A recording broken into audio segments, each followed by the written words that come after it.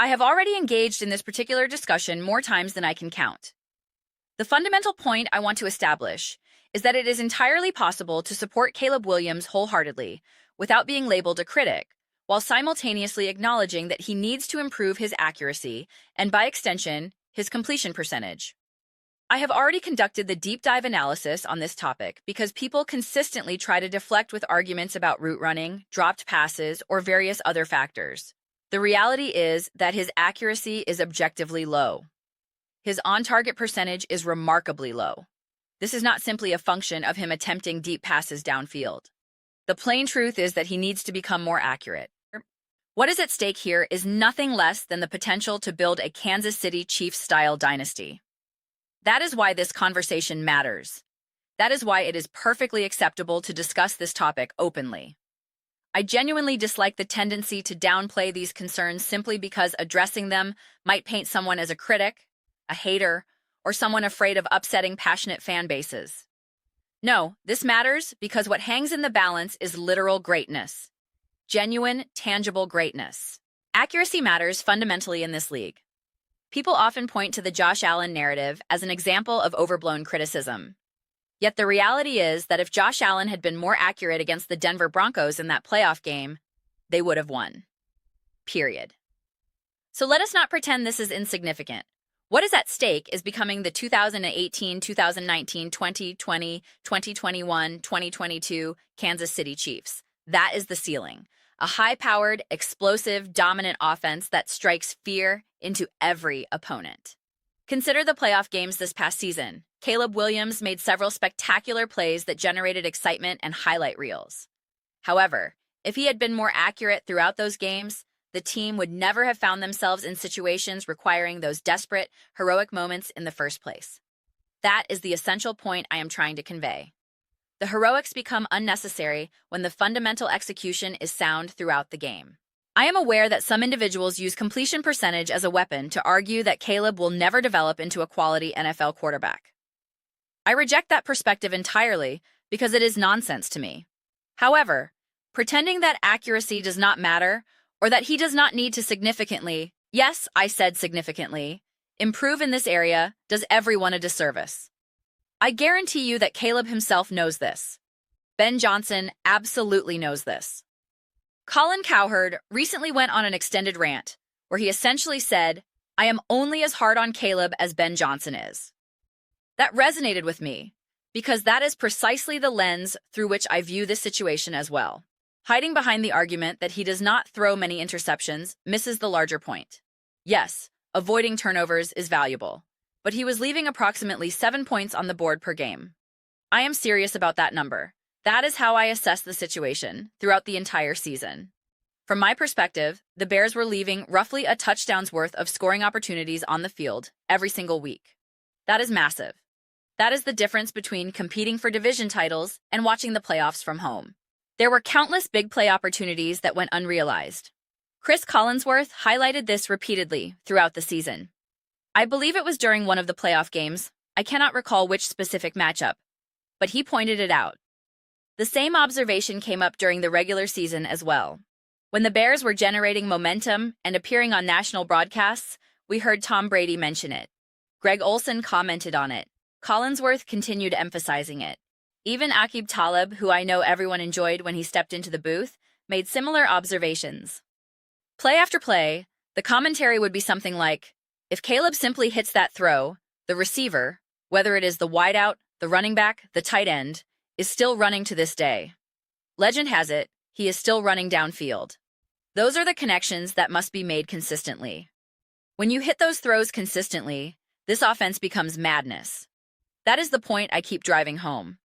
When those throws are completed, everything changes.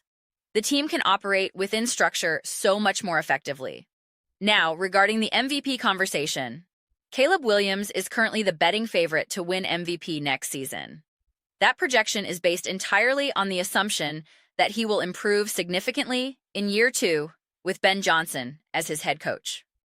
I do not understand Colin's position in this clip.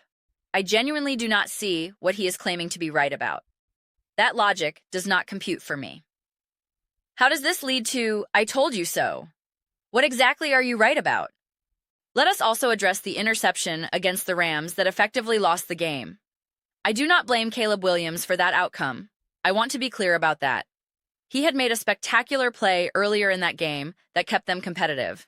However, the reason they needed that miraculous play was because he had thrown an inaccurate pass a play or two before that put them in a difficult situation.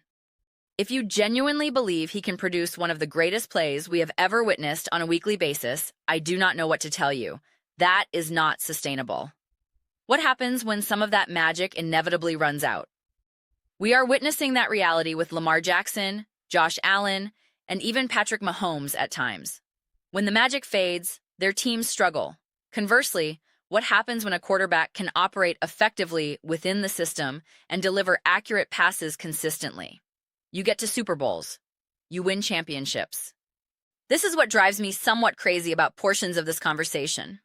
Colin went on an extended rant praising Sam Darnold for developing into an excellent game manager and emphasizing how crucial that skill set is. And I agree completely. Caleb needs to become a better game manager.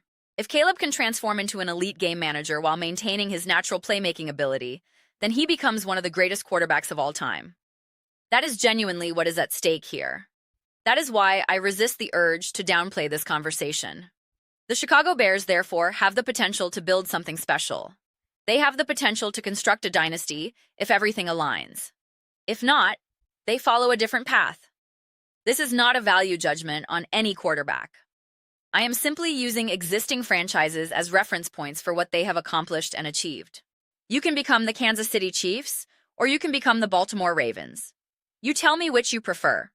Do you want your quarterback to generate amazing, flashy highlights, incredible moments, and impressive statistical seasons? Or do you want them to win Super Bowls? You decide. Again, I am not blaming Lamar Jackson or suggesting he is not an exceptional talent. I am simply observing that there are two distinct paths in the NFL when you have a great coach, a great quarterback, and the potential to be special. You can become the Kansas City Chiefs or the New England Patriots of recent eras. Alternatively, you can become the Chargers or the Ravens, depending on which era we are discussing. The narrative becomes, oh, that was a spectacular throw. That was a spectacular season. They just could not get the job done when it mattered most. More often than not, these big games are won not solely because of the spectacular throws, the incredible plays, or the miraculous scrambles. That is really not the determining factor. We focus on those moments. We magnify them endlessly. But then we forget about the routine checkdowns that move the chains. We forget about the nice little 8-yard pass that turns into a 12-yard gain because the receiver has room to run. We forget about the 3rd and 4 conversion that picks up 10 yards and extends the drive. It is about moving the chains. It is about playing smart, disciplined football. It is about executing high-quality fundamentals consistently. That is literally how the Seattle Seahawks won games throughout the second half of their season. It was not the explosive plays to Jackson Smith-Njigba or DK Metcalf. It really was not. The same dynamic applied to the Philadelphia Eagles last season. The same applied to the Chiefs the year before that. Where were the spectacular plays from Patrick Mahomes in 2023? Can anyone point them out? Where were the spectacular moments in the Super Bowl? I honestly do not remember them. I do not recall them at all. In fact, when he played the Eagles in 2022, I remember him simply hitting wide-open receivers consistently throughout the game. That was the story. Just because a quarterback can occasionally overcome limitations or mistakes through extraordinary effort does not mean those limitations and mistakes do not require intense focus and correction. Make no mistake about this. Josh Allen significantly improved his accuracy. He made dramatic strides in that area. That improvement coincided directly with him becoming the best quarterback in the NFL and the dominant force he is today. He is not the same player if you subtract 5% from his accuracy. He simply is not. It is really that straightforward to me. Those are my personal thoughts on this matter. I would genuinely love to hear your perspectives. What do you all think about the Chicago Bears and Caleb Williams? What about his potential to win MVP and consequently transform the Bears into a top-tier NFL contender? That is another crucial aspect of this conversation. If you believe he will win MVP, you are essentially betting on the Bears becoming a top 1 or top 2 contender in the entire league. Make no mistake about that trend. Let me know your thoughts in the comments. I read every single comment, whether you agree with me or disagree with me. Either way, let us engage in substantive discussions. Let us get into some spirited debates. Ultimately, though, let us prioritize having fun with this. Please do consider subscribing to the channel. We are building an amazing community here, and I would absolutely love to have you as part of it. My goal is to create something we all genuinely feel connected to, something we are truly excited to be part of. I believe we are well on our way to accomplishing that. Please do not forget to give this video a thumbs up. That engagement genuinely helps with visibility and the algorithm. Thank you so much for your time. I will see you in the next one.